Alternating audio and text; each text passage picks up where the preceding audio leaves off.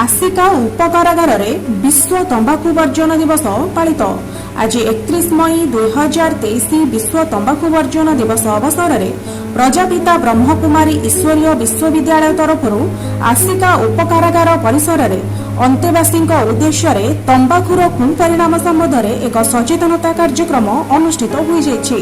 उपकारागार अधीक्षक दिलीप कुमार जेना पौरोहित्य तथा संयोजन आयोजित यह कार्यक्रम में प्रजापिता ब्रह्मकुमारी ईश्वरीय विश्वविद्यालय आसिका सेवा केन्द्र संचालिका राजयोगिनी ब्रह्मकुमारी प्रभाती भौणी विभिन्न मादक द्रव्य तथा तंबाकू सेवनर कुपरिणाम निजक सुरक्षित रखा प्रत्येक व्यक्ति निजर आत्मिक शक्ति को जागृत करने आवश्यक बोली परामर्श देथिले।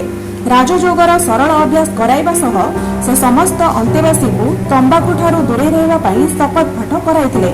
उपकारागार अध्यक्ष दिलीप कुमार जेना सुस्थ जीवन यापन करने तंबाकू वर्जनर गुरुत्व वर्णना करने को अनेक घटनार दृष्टांत दे प्रकाश करथिले जे निशा सेवन व्यक्तिर मानसिक दुर्बलतार परिप्रकाश।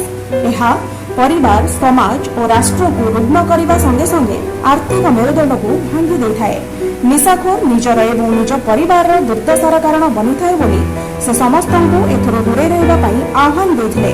कार्यक्रम शेष में लघु नाटक माध्यम प्रजापिता ब्रह्मकुमारी ईश्वरीय विश्वविद्यालय भौणी भाई द्वारा मंचस्थ निशामुक्ति संदेश अत्यंत हृदयस्पर्शी थिला।